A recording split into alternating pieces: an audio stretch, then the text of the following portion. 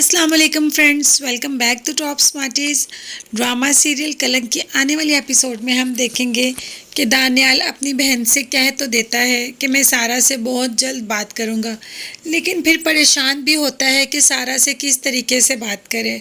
ही सारा से बात करने से सारा दानियाल को गलत ही ना समझ ले, लेकिन दानियाल ये कब जानता है कि सारा भी तो मोहब्बत करना शुरू हो गई है दानियाल से। ऐसे ही सरफराज का प्रोजेक्ट कैंसिल होता है तो दानियाल के ऑफिस पहुंच जाता है।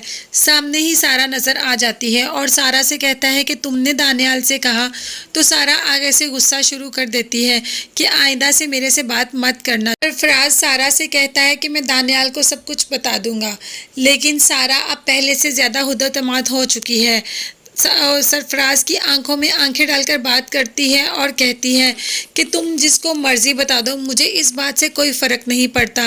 फ़र्क मुझे तब पड़े जब मैं गलत हूँ, जब मैं गलत नहीं तो मुझे डरने की कोई बात नहीं। गलत तुम हो तो डरना भी तुम्हें ही चाहिए।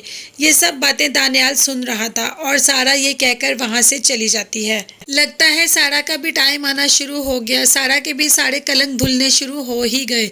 सारा पानी लेने के लिए जाती है, जैसे कि वो हाज के घर में शिफ्ट हो चुकी है, तो शीना का फ़ोन आ जाता है।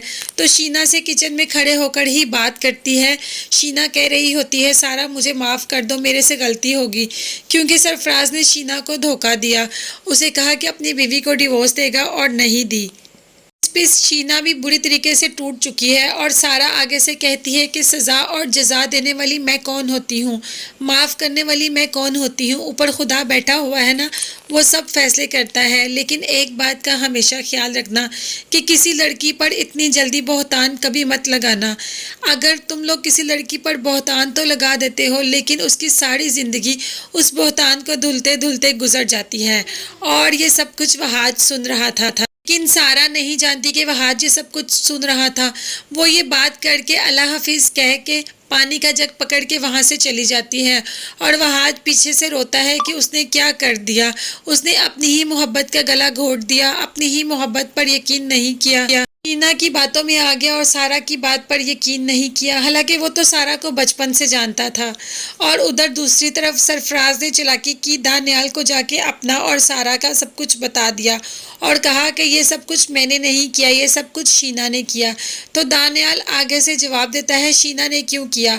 तो सरफराज कहता है, शीना ने प्रमोशन के चक्कर में सारा को बदनाम किया। दानियाल कहता है, चलो मैं मान लेता हूँ कि शीना ने तो प्रमोशन के चक्कर में किया, तुमने ये सब क्यों किया? तुम्हारा पीछे क्या चक्कर था? तो सरफराज अपने ही जाल में फंस जाता है। इस वक्त हमें ड्रामे की जो सिचुएशन नज़र आ रही है, उससे एहसास तो यही हो रहा है कि ड्रामे की बहुत जल्द एंडिंग होगी और एंडिंग भी इसकी कोई हैप्पी ही होगी। लेकिन इसके बारे में सब जानने के लिए मेरे चैनल को ज़रूर सब्सक्राइब कीजिएगा।